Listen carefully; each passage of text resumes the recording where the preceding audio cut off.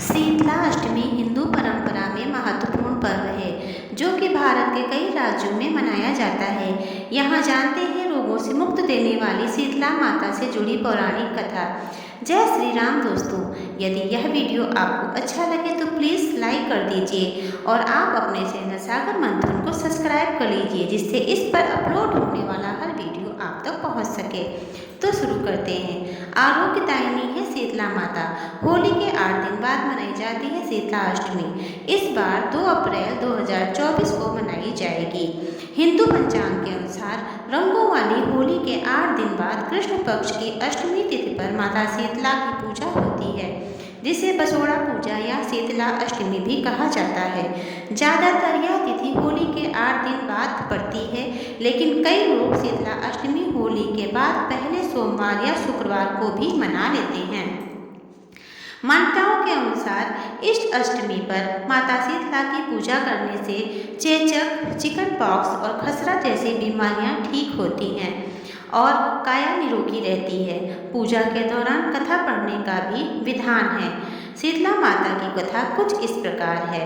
एक गांव में ब्राह्मण दंपत्ति रहते थे। दंपत्ति के 2 बेटे थे। बहुओं को लंबे समय के बाद बेटे हुए। इतने में शीतला अष्टमी का पर्व आया। घर में पर्व के अनुसार ठंडा भोजन तैयार किया गया। दोनों बहुओं को विचार आया कि अगर हम ठंडा बासी भोजन लेंगे तो बीमार पड़ेंगे और बेटे भी अभी छोटे हैं।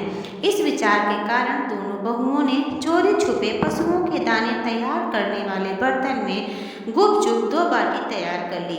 सास बहू शीतला माता की पूजा करने आई और शीतला माता की कथा भी सुनी। बाद में सास शीतला माता के भजन करने के लिए बैठ गई, लेकिन दोनों बहुएं बच्चों के रोने का बहाना बनाकर घर आ गई। दोनों के बर्तन से गर्मा गर्म रोटला निकाला और चूरमा किया और पेट भर खाया। सास ने घर आकर बहुओं से भोजन करने के लिए कहा। बहुएं ठंडा बासी भोजन करने का दिखावा करके घर के कामों में लग गई। सास ने कहा, बच्चे कब से सोए हुए हैं, इन्हें जगाकर भोजन करा दो। बहुएं जैसे ही अपने बच्चों के जगाने के लिए गई, उन्हें मृत पाया।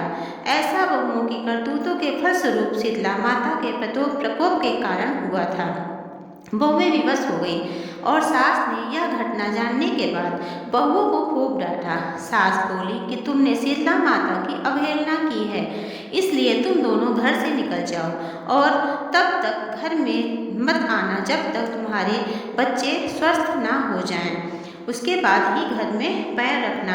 अपने मृत बेटों को टोकरे में सुलाकर दोनों बहुएं घर से निकल गईं। जाते जाते रास्ते में एक जीर्ण वृक्ष आया। यह खेजड़ी का वृक्ष था। इसके नीचे औरी और शीतला दोनों बहनें बैठी थीं। दोनों के बाल में विपुल प्रमाण के जूं भी थे।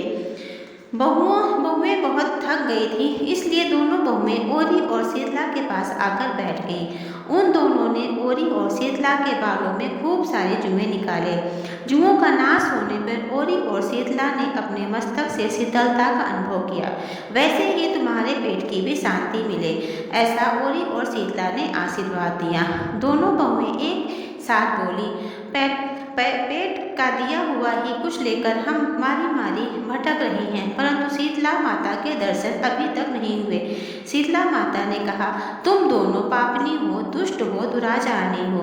तुम्हारा तो मुंह देखने के योग्य भी नहीं है। शीतला अष्टमी के दिन ठंडा भोजन करने के बाद तुम दोनों ने गर्म भोजन कर लिया था।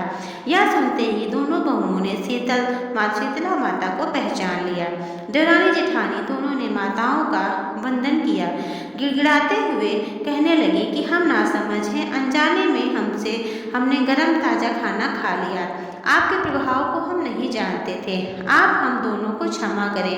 हम दोनों पुनः ऐसा दुष्ट कृत्य कभी नहीं करेंगे। इसके पश्चाताप भरे वचनों को सुनकर माताएं प्रसन्न हुई। शीतला माता ने मृतक बालकों को जीवित कर दिया। बहुएं तथा बच्चों के साथ लेकर आनंद से पुनः घर लौट आई। गांव के लोगों ने जाना कि दोनों बहुओं को साक्षात शीतला माता के दर्शन हुए हैं। दोनों का धूमधाम से गांव में स्वागत किया गया। बहुओं ने कहा, हम गांव में शीतला माता के मंदिर का निर्माण करवाएंगी।